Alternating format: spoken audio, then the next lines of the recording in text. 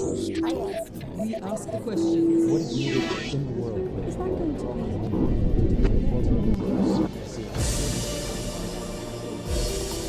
Meet Africa's richest man, Aliko Dangote. Forbes magazine estimates his wealth at $25 billion, making him the 23rd richest man in the world with a growing portfolio of investments across Africa. The Nigerian business magnate began with a small trading firm in 1977. Today, his businesses cover everything from cement manufacturing, food processing to freight. Dangote Group employs about 25,000 people in Nigeria. It is building cement factories in 16 African countries and buying mining licenses from Kenya to Zambia. Aliko Dangote has taken on the aura of an economic folk hero for some, turning a loan from his uncle into the most successful business conglomerate in Africa. But to others, he is a villain who's used his political connections to sideline the potential competition. Aliko Dangote talks to Al Jazeera. Aliko Dangote, thank you very much for talking to Al Jazeera. Thank you for welcoming us into your home here in Lagos. You're very welcome. Your story, Aliko Dangote, says what is possible about Africa. Tell us about your journey to success. How are you able to turn a loan from your uncle into the most successful business conglomerate on the African continent? You know, I mean, Africa is full of opportunities. And I think what we did was to actually harness fully the opportunities that, we met on the ground. I mean, we've done quite a lot in various areas. We started first, with trading. After succeeding with trading, now what we did was to go into manufacturing, which is normally a very difficult area, especially from this part of the world because of lack of power. Right. But we've been able to resolve those issues, and we're able to, succeed in most of what we are doing. We are interested in the man, Aliko Dangote. Tell us about your upbringing, because your story is not really of one from rags to riches. You come from a wealthy family in Nigeria. Well, I came from wealthy family. My grandfather was my great-grandfather from my mother's side was actually very, very wealthy, Alassane Tata.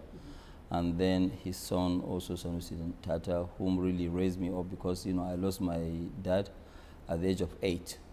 And, so after educating me, he gave me a loan of which I was grateful, and I paid back in 3 months, because business was so good. And, I was able to establish myself from the trading to, manufacturing, and now to a lot of daring things, like refinery, the agricultural process that we're doing, and also the, fertilizer. Right. As you say, your business spans a lot of different sectors: cement, flour, salt. Yes. Let me just ask you this: why commodities in a country like Nigeria, where oil is king? Why not get into the oil business right away?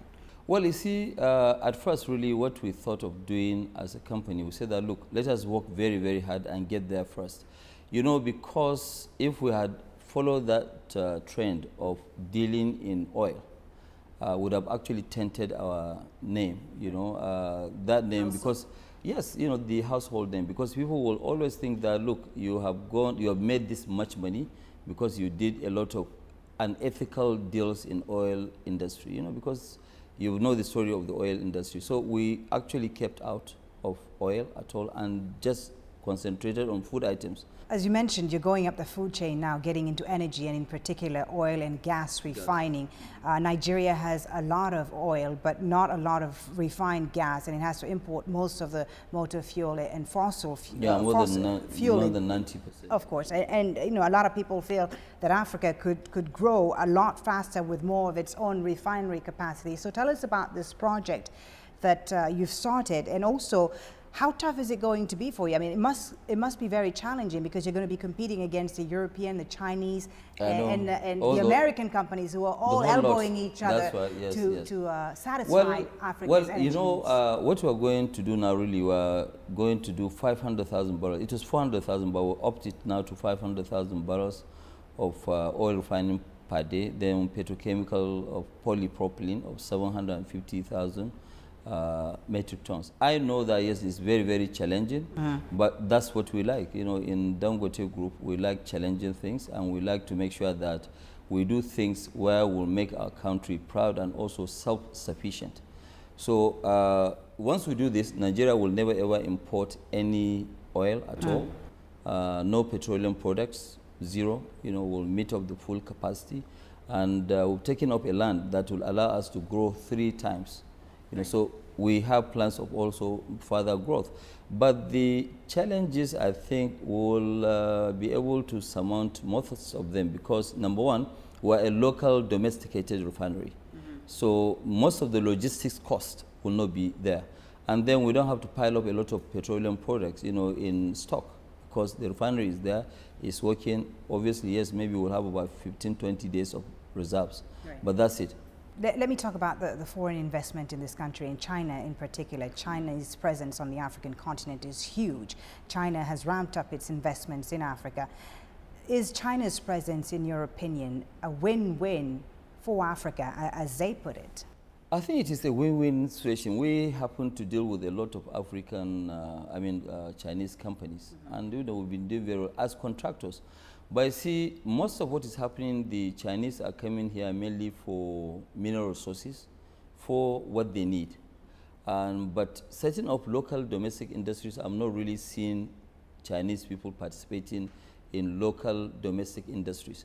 They are very big in construction, they are very big in providing infrastructure, but really bringing foreign direct investment, they are not as much as the Europeans. Because a lot of African businessmen, especially at the local level, complain about the Chinese competition. Well, they complain about maybe different competition. Competition in the sense of maybe smuggling of textiles, for example, in Nigeria, because they don't have textiles here, but they are smuggling it in here where they have killed most of our domestic local textile industries. But participating in the real economy, I've not really seen Chinese doing much there. Why do you think Africa can succeed without relying on the foreign investments like the Chinese investment and the European? Africa, can they really do it? Because nobody can do that. You see, what we need to do as Africans, first of all, is to show that confidence that yes, it is possible. It can be done, and then the foreign investors will follow suit. There is nowhere on earth where foreign investors will go and create an economy or make that economy great. No. The local people must move first. Right. When they move first, then they will be supported by the foreign investors. The richest man in Africa for the 4th year in a row, Aliko Dangote, 23rd on Forbes' rich list around the world. How does it feel being so in a continent which is, for the most part, still afflicted by poverty? Well, it feels a little bit odd, yes, it's true, but then it gives you a lot of thinking and responsibilities. You say, okay, fine, what do I do to impact humanity? And that's why we do quite a lot in terms of our foundation. We spend average of $100 million in Dangote Foundation, which we set up in 1993. And then again, I've just did additional endowment to the foundation, which was $1.25 billion. With that, yes, we do that on the philanthropic side.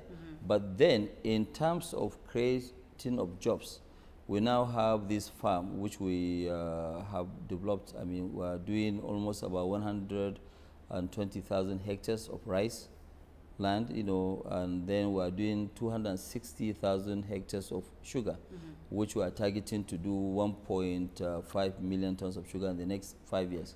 This will create 180,000 jobs. So you feel like you're giving back, you're doing enough? Well, we're giving back because we're creating quite a lot of jobs. We're not doing like other Africans where most of the money is in the bank.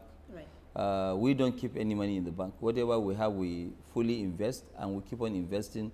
And that's what we do. Let me ask you something a bit more personal. How do you stay grounded? I mean, you seem like a very simple and humble man. Usually in Africa, when people are rich, they tend to flaunt it. I speak here from experience. How do you stay grounded? Which experience did you? I wasn't rich, unfortunately. But from the different things that I've seen around the continent, even when it comes to the leaders of the African continent. I can really tell you the truth. My upbringing from my late grandfather really helped me quite a lot. He was a very, very humble person, and sometimes he used to drive himself, and that's what I do now. You know, even on weekends right now, once I finish this interview with you, I won't go out to the driver. I'm going to go alone, and I'm going to drive myself. I mean, I feel safe, and really I don't have any issues, you know, with that. You know, you know, it's always better to be humble. You know, they say that no condition is permanent.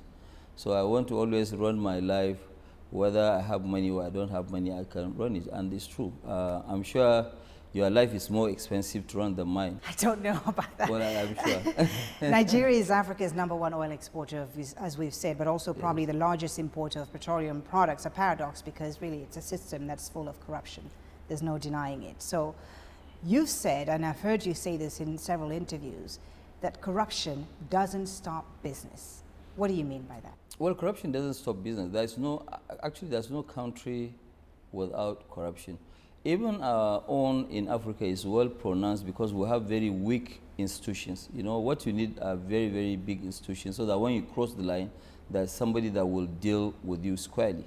But, you know, be it in America, in Europe, or anywhere, there, I mean, these are countries that also have corruption, not at the same level with what we have because in Africa. But in a country like Nigeria, for instance, sorry to interrupt you, Nigeria is ranked 144 out of 177 on Transparency International list of corrupt countries. Okay, I don't know the number. But it's known to be a notoriously corrupt country. So my question is, your journey to the top in a system that's notoriously corrupt, you must have had to pay some kickbacks and so on.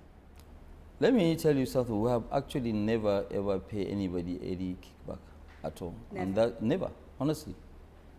But when you look at it also, when people were busy getting what you call waivers to make money here and there, we don't do it. If we really wanted to make money, you know, especially that I've been close to almost every president that has passed through that seat, you know, I would have actually, you know, gone into oil. Right. Yeah, I told you, you know, before that we decided not to go into oil because we don't want to be tainted. You know, so you don't have to pay. It's not everybody. When you say yes, you cannot generalize that, yes, it's a corrupt nation, everybody is corrupt. No, it's not a generalization, but okay, well, the reality is that. It's true, but you know, there are also a lot of people who are busy fighting the corruption. Some are fighting it, some are, you know, trying to expand it, you know, but I think the government is also trying quite a lot to stop. But it's true, it's an issue that has been on for a very long time. Stopping it in one day is not Do you think the government is serious, this current government is serious about tackling corruption? I think, yes, they are. They've been, you know, saying it. I'm sure you must have heard them maybe 10, 20 times, but they are very serious about it. There's no nation that will allow corruption to go deep into the society. You try and stop it, yes, people will fight you, but you have to fight them. As a government, you have all the powers. But that's why I also mentioned we need very strong institutions. Very strong institutions will help Africa a lot. And Africa lacks these strong institutions. Right. You've alluded to this, that you've been very close to the Nigerian government. They've supported your venture. At one point, your company had exclusive imports rights in sugar, cement, and rice. No, we have never had exclusivity. But you have, there was nothing like exclusivity. There was nothing like exclusivity? Nothing whatsoever. So nobody, in fact, you know, right now, if you look at it, let me give you an example. We have invested heavily, maybe $6-7 billion in cement alone. But some people are saying, no, we're not happy because they are too big in the, you know, cement business. And this is what my question is. What do you respond to those who criticize you and say that you've benefited greatly of government favoritism, which has allowed you to collapse all competition and small business in Nigeria and establish yourself as a sole importer or manufacturer? What do you respond to those critics? Well, first of all, there was never any time where we were the sole manufacturers or sole importers or whatever of any item. It has never, ever happened. Only maybe during when we took risk. Let me give you an example. There was nothing like sugar industry in Nigeria. You know, and everything was imported, maybe small, the farming side. We took a risk in 1999 and opened up a refinery which we built with about $250 million then. Okay, so if we are the only ones having that sort of refinery, nobody was stopped. How can you say that somebody has given us a license? We are not giving a license to operate alone. Okay, what normally government will roll out, like right now, let me give you an example. Government has rolled out their agricultural policy on self-sufficiency in sugar. Okay, nobody is investing, maybe two of us. So tomorrow, when we are successful, somebody will rise up and say, ah, no, this is a monopoly. It's not a monopoly because nobody has been stopped. That's number one. Number two, government has always been begging people to come and invest. So if we hit the call of government to go and invest, is that a problem with that? But can you understand that some people may see your close ties with the government, whether it's former President Obasanjo or the current government, as they can see it as a sort of favoritism? Could you understand that? Let me tell you something. You know, during the regime of Obasanjo had never ever given me anything directly. And you know, I know that but you helped finance his campaign, according to it. No, well, you know, whether I finance his campaign, but when I finance a campaign for anybody, it has no relationship. There are some African presidential campaigns that, yes, we fund, or we are part of the funding, but we have nothing to do even in the country. What we are looking for is good governance. Okay, so today, for example, you know, during Obasanjo's regime, which favors were we given? The greatest thing that we have actually hooked on was that Obasanjo said that, look, importers of cement, we don't want to see any imported cement. What we want you to do is to make sure that you go and do a backward integration, produce the cement locally. We have everything, and that's what we have been able to prove in 7 years. So does Aliko Dangote then epitomize the free market at work in Nigeria? Oh yeah, we do. In fact, look, you see, today I am also a co-chair of the Nigerian Industrial Revolution. I've served in Foreign Investment Council. So if I serve on that one, my own duty today as a Nigerian, not as Aliko Dangote, is to keep convincing people to come and invest in Nigeria. And I keep telling people that, look, Nigeria is the best kept secret. If I don't want competition, I'll just sit down and keep quiet. But I think the country is much, much larger than my interest. Right. Okay, so the more investors that we have, the better. The unequal distribution of the oil wealth has contributed to a persistent inequality problem between North and South. Yes, I agree. The poverty in the North is in stark contrast to the more developed southern states, and more people are unemployed and, as you know, illiterate in the North than they are in the South, which some people say is really then no surprise that extremist groups like Boko Haram continue to have appeal in some areas of northern Nigeria. So what are you, as Nigeria's richest man, doing to address this inequality? Are you investing in the North? Because it seems that no one seems to be interested in investing in northern Nigeria because of the rising insecurity in the region. What are you doing for your... What we are doing right now, we're investing about $2 billion alone in sugar plantations, you know, to make sure that we make the country self-sufficient. And 100% of this investment is up north. You know, almost about 55% of our cement production is up in the north central part of the country. In the northeastern and northwestern part of the country, that's where we're doing this sugar. In part of the north central, which is Niger State, and also Edo State, the northern part of Edo, we're also growing rice. But in a nutshell, we'll be spending almost maybe up to about $2.5 billion by creating 180,000 jobs. And that's just a start. Right. So you agree then that to address the threat of Boko Haram, you need to... I said it before. To address the fundamental problems of the Yes, I said it during the World Economic Forum that, look, part of the only thing that we can do to stop Boko Haram is to create jobs. Because when you create jobs, they themselves, they will find it very difficult to recruit people to join them. Because, you know, everybody will be busy. But you are right, it is also very dangerous to allow people to just sit down morning, day and night, 24 hours, 7 days a week, while they have nothing doing. Right. Yeah, definitely. I mean, it's a recipe for crisis. Nigeria recently overtook South Africa as the continent's largest economy, but you wonder how much direct investment can this brand new economy truly bring if Nigeria is still defined by insecurity?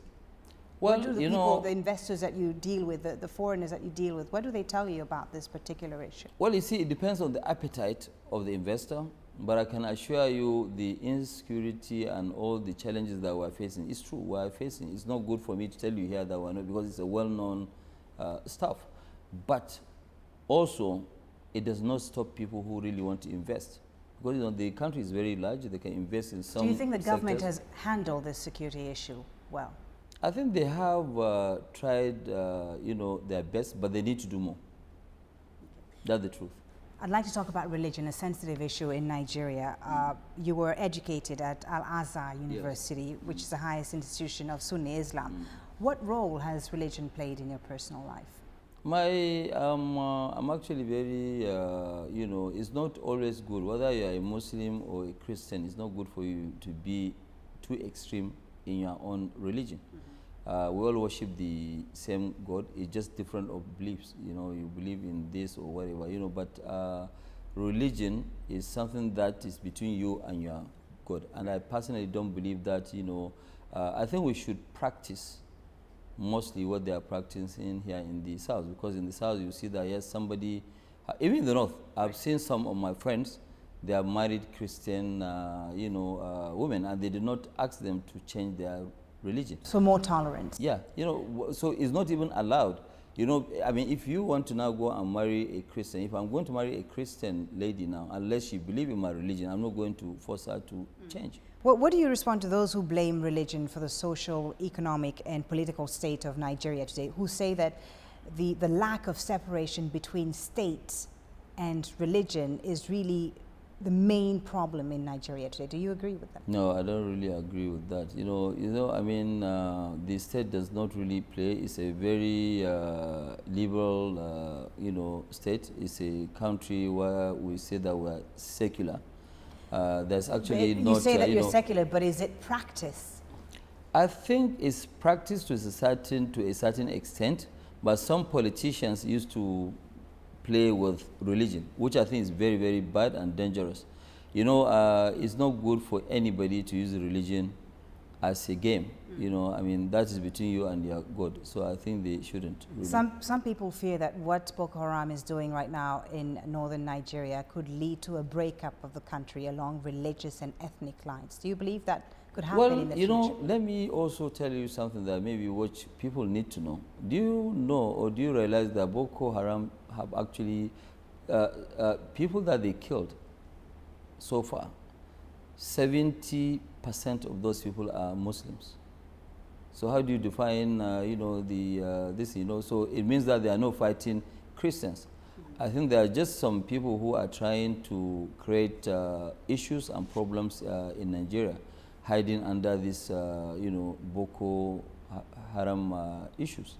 It is a pity, but I'm sure now everybody has woken up, and I'm sure everybody will do his best. It's not only government alone that will do it. Almost every single person in the society will have to rise up against this, madness. Everyone has a role and responsibility. Everybody has a role and responsibility. So as you said yourself, you're from the prominent Dantata family of Kano State, who have a great deal of influence in Nigeria's Muslim community. You have a lot of money, Aliko Dangote. You have strong political connections. So have you ever considered running for office? Have you ever considered leaving business and getting into politics? It's just like clapping. There's no way you can clap with one of your hands. You need another hand. Even when you go into politics, if the economy is not doing well, what are you going to rule? You want to rule people in poverty, right? Which is not right. So I think people who are specialists in politics, we will support the good ones. They will go and run the, the political side of this. My own role is to see how can I develop Nigeria? How can I create jobs? What gives me joy is how many people have actually helped through job creation, through doing so many things, and in future I want to make sure that Nigeria is self-sufficient in rail lines, in power, in a lot of things. So I can do my own contribution. I don't have to become president of Nigeria to change lives. So those who say Aliko Dangote for president, you tell them? No, nothing. I've never heard that word. I'm only hearing it for the first time from you. No, I've read it many times. A lot of people think you can make you are telling me, I've never heard this, but no, to be serious, I don't have any intention with that. Aliko Dangote, thank you so very much for talking to us. Thank you for your time. Thank you.